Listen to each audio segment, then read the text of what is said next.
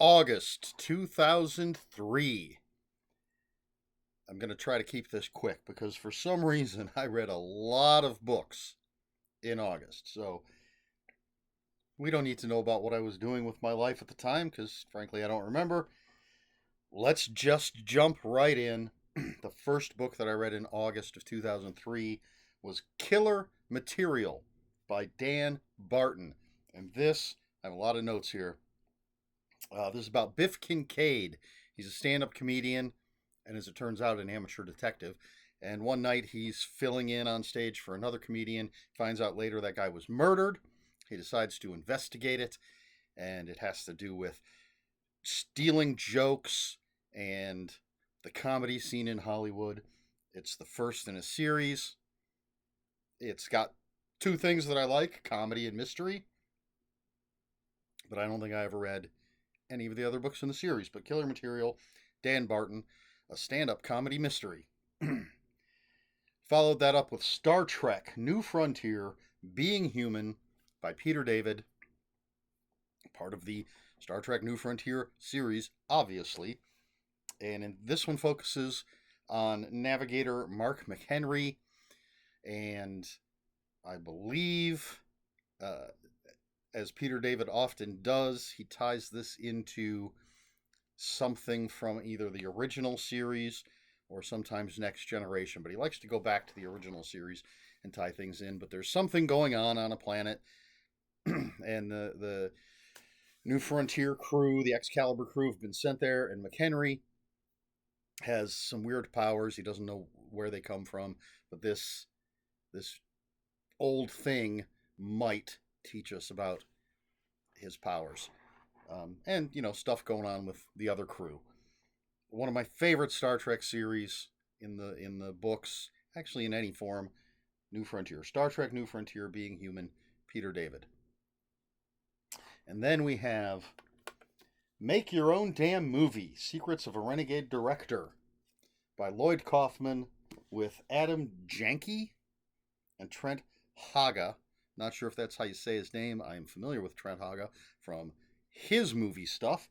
But anyway, this is how to make movies the Lloyd Kaufman way. Of course, Lloyd Kaufman of Trauma Entertainment, creator of Toxic Avenger, and many other great low-budget movies and some really bad low-budget movies, and they've distributed movies. But this is his secrets to how to make a low-budget movie. I'm interested in all this behind-the-scenes movie-making kind of stuff. So this is fascinating. I'm a fan of a lot of trauma movies, so I know what they're talking about here. And it's got a foreword by Trey Parker of South Park, because Trauma had a hand in Cannibal the Musical from Parker and Stone. And then an introduction by James Gunn, big name nowadays in the superhero movie industry, but he wrote Tromeo and Juliet for Trauma. The one thing I always remember about this book is it talks about how important craft services is, which is feeding your people. And Lloyd Kaufman, or whomever wrote that particular part of the book, talks about, doesn't matter if it's a cold cheese sandwich, have food for your people. Really entertaining book. Make Your Own Damn Movie by Lloyd Kaufman, Adam Janke, and Trent Haga.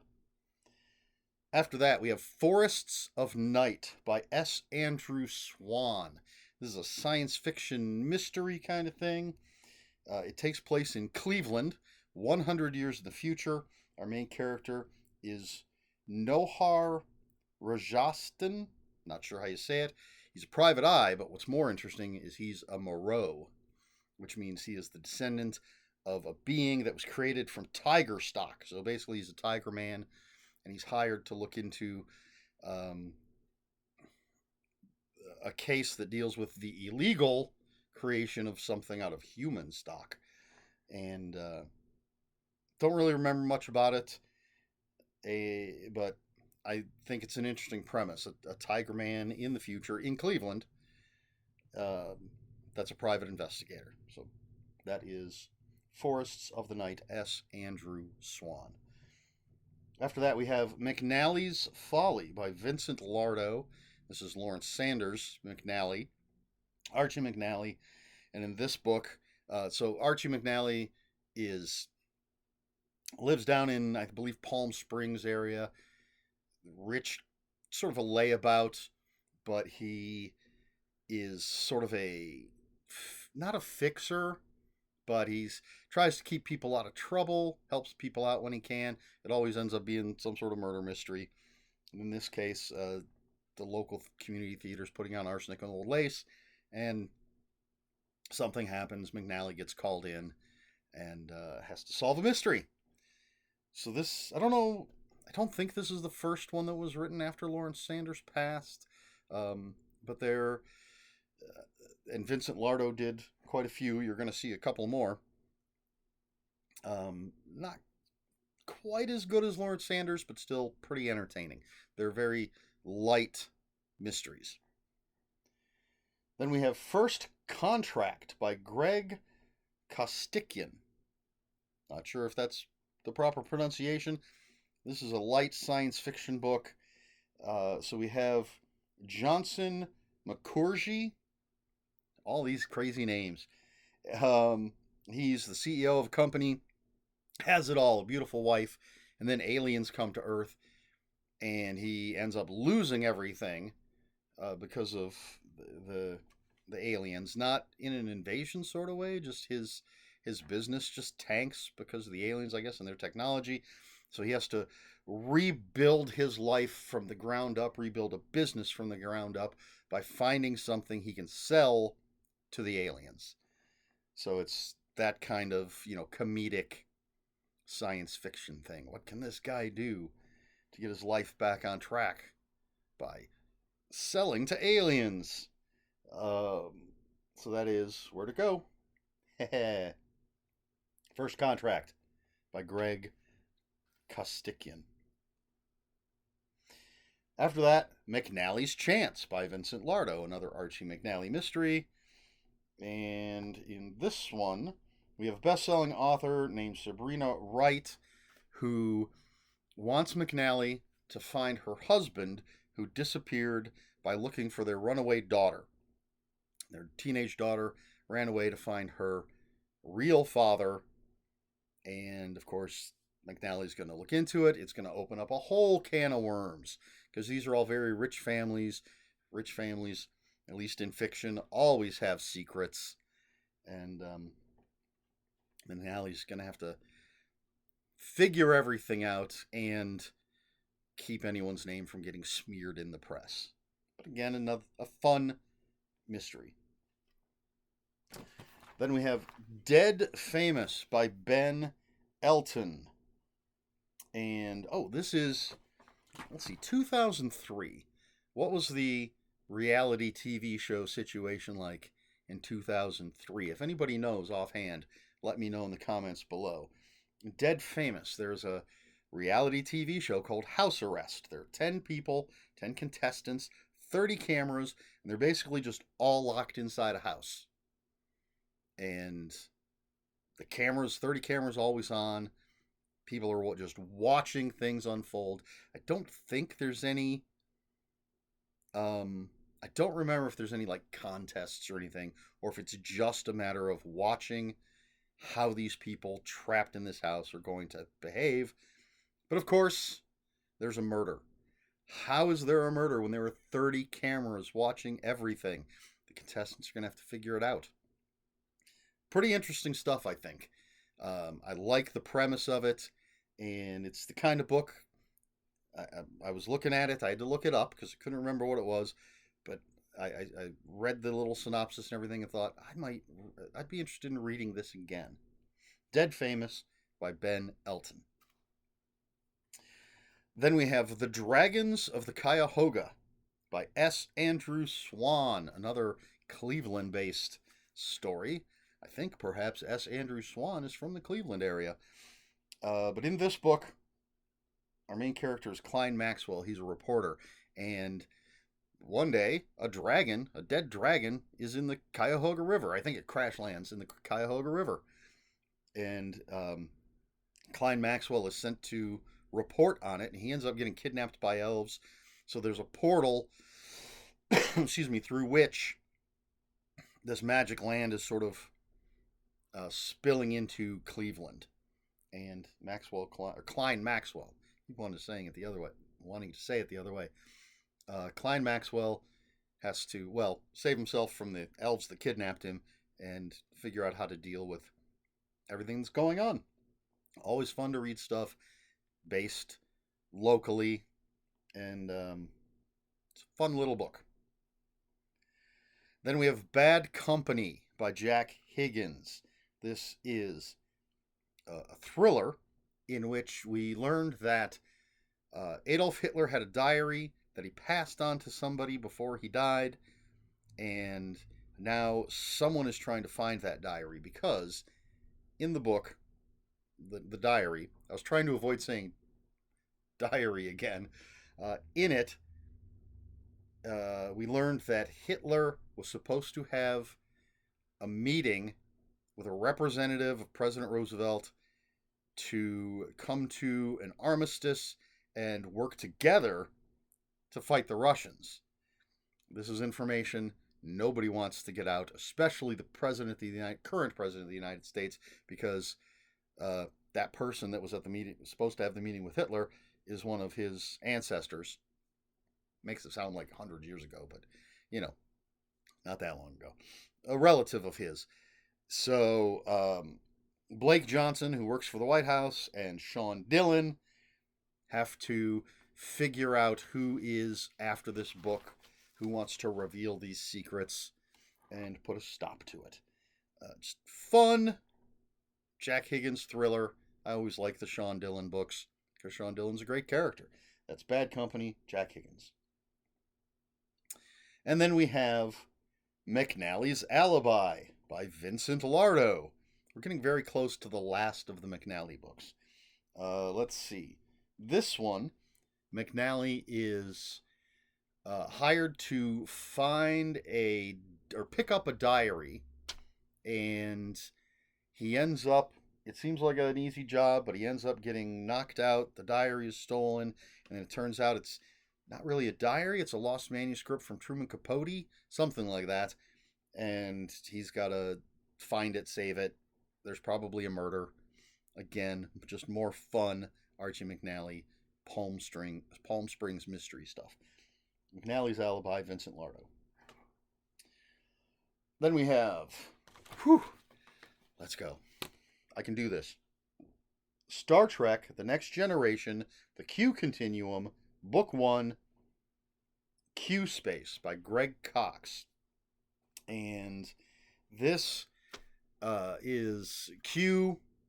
I really can't even. Q is a godlike being, part of a continuum from The Next Generation. He's in the very first episode of Star Trek The Next Generation, pops up a lot. And there's a barrier in space that's keeping us, anybody, from exploring beyond the Milky Way, but there might be a way to break through that barrier now. The Enterprise is going to be the ship that does it. Q shows up and basically grabs Picard to show him sort of the history of the Q Continuum. So all sorts of crazy stuff going on. That's Star Trek The Next Generation, The Q Continuum, Book 1, Q Space by Greg Cox. I followed that up with Star Trek The Next Generation, The Q Continuum, Book 2, Q Zone by Greg Cox. The story continues. Q is taking Picard through the history of the Q Continuum and teaches him that shows him that there was this great enemy that fought the Q Continuum, and it had to be contained. And I'm not sure if it's this book. I'm not sure which book in the trilogy exactly. We learned that basically that barrier that keeps us inside the Milky Way is what's keeping this enemy outside. I followed that with Star Trek The Next Generation, The Q Continuum, Book 3, Q Strike by Greg Cox. Of course, this is the culmination of everything. I do believe the barrier is broken, and so now there's going to be this huge godlike battle between the Q Continuum and their nemeses with puny little humans and Klingons and everybody caught in the middle of it. How are we going to survive? Well, probably through the actions of Picard and the crew of the USS Enterprise. Um, Q's a fun character, I think, in small doses. I would never want to see a series where he's a regular character in every episode. And with a trilogy that sort of fills in a lot of information about Q and the Q continuum, they're pretty interesting books. But let's move on to Sensei by John Donahue. And this is there is someone traveling the country. It says in the description they are a Ronin, which is a masterless samurai. They're traveling the country, murdering martial arts masters. And so our main character is Connor Burke, who is I think he's a teacher and a martial artist, and his brother is a detective. His brother pulls him into the case because he knows about martial arts, and so Connor Burke, his brother, and Connor brings in his sensei to try and figure out who is murdering all these people and why. Uh, I studied martial arts for a short time. I'm interested in ancient Japanese culture, and I like mysteries. So you put all these things together. I don't remember if it was well written, how much I liked it, but it's definitely something that I know exactly why it caught my eye and why I would pick it up and read it. Sensei, John Donahue. Let's get back to the science fiction with Star Trek Section 31, Cloak by S.D. Perry. Section 31 is basically the Black Ops unit of Star Trek. They'll go in, they'll do the dirty jobs for the Federation that, you know, have to be off the books. And so in Cloak, this one it takes place during the original series, and Kirk had to steal a cloaking device from the Romulans, and it was supposed to be used for peaceful purposes. He discovers that it might be used for less than peaceful purposes. So he's trying to figure out what's going on with that. In Section 31, are they the people that are using it for something bad, or do they have to put a stop to things? It's all covert, hush hush, crazy stuff. I think there was supposed to be a TV series. There was talk, I believe, of a Section 31 TV series, which would very much intrigue me because I like these Black Ops kind of things. The people that have to do the dirty jobs that the public isn't supposed to know about, that, you know, the good people of the Enterprise aren't going to do. So, Star Trek Section 31, Cloak by S.D. Perry, and I followed that up with Star Trek The Next Generation, Section 31, Rogue by Andy Mangels and Michael A. Martin. Of course, this takes place during The Next Generation, and the framing device is it's right after the events of Star Trek First Contact, and uh, the Enterprise is being repaired after fighting the Borg. And among the list of the people that died during this battle is this one guy. Picard recognizes the name, and he basically tells a story that took place 6 months before with that guy on another mission that somehow involved Section 31. And I believe this is another one that ties back to something from the original series. They like to bring back things from the original series and tie them into the later stories. But again, covert ops.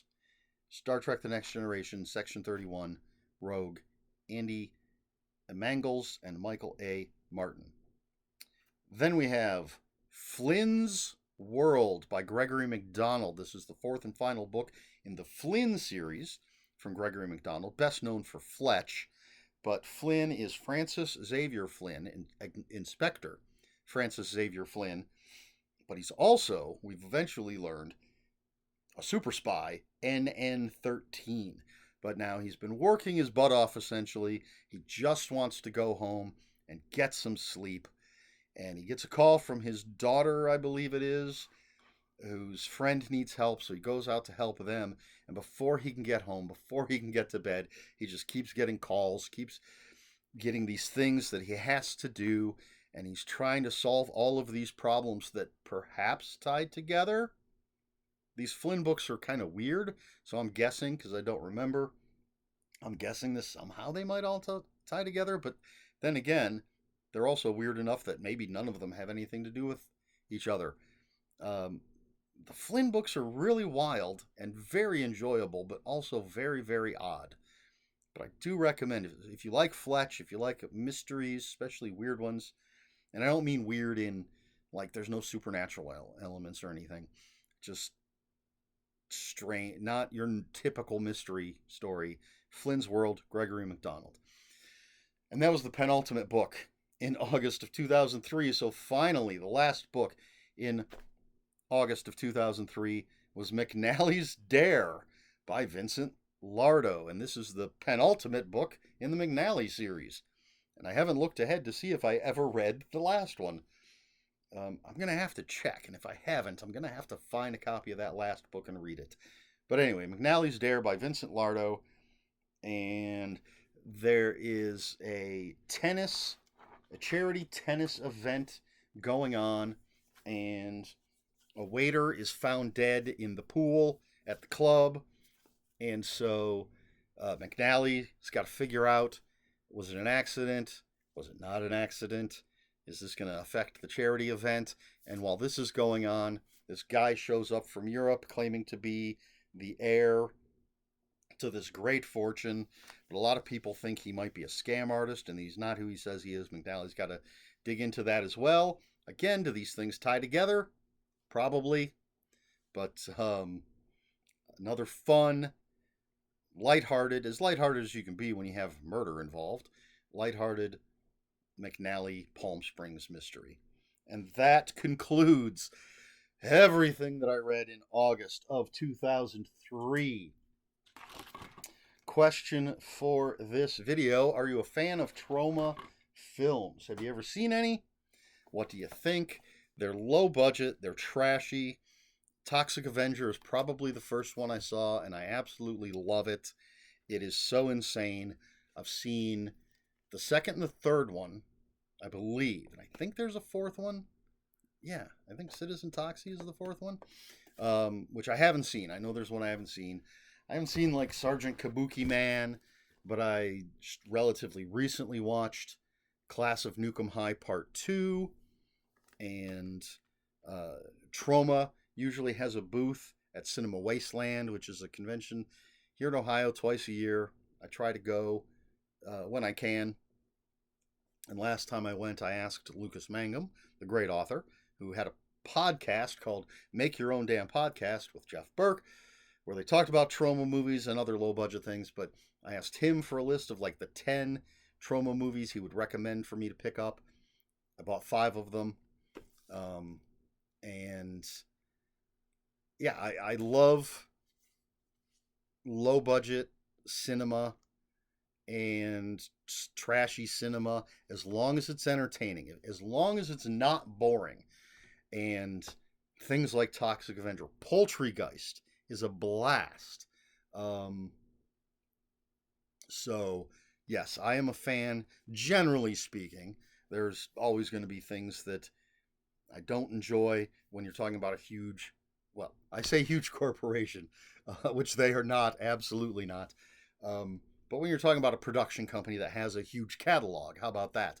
Not going to like everything, but they're trashy and entertaining, sometimes very offensive, but again in an entertaining way. But have you seen any? Do you like them? Do you think they're just shitty movies? Let me know your opinions on Troma down in the comments. And if you have any comments, questions, or corrections, please put those in the comments below. Comments are open for spoilers. Just post spoiler warning. We try to be polite here on my channel. Please like, share, and subscribe. All the usual YouTube stuff. If you'd care to follow me on other social media, my Twitter is @Ronin5757. My Instagram, where I post pictures of books, comic books, board games, fuzzy animals, is Eric Smith5757. That's Eric with a K, ERIKSMITH 5757. I'm trying to do this quickly because this video has gone so long. And on Blue Sky, I am @EL Smith. That is all I have for you this week. So until next week, read more books.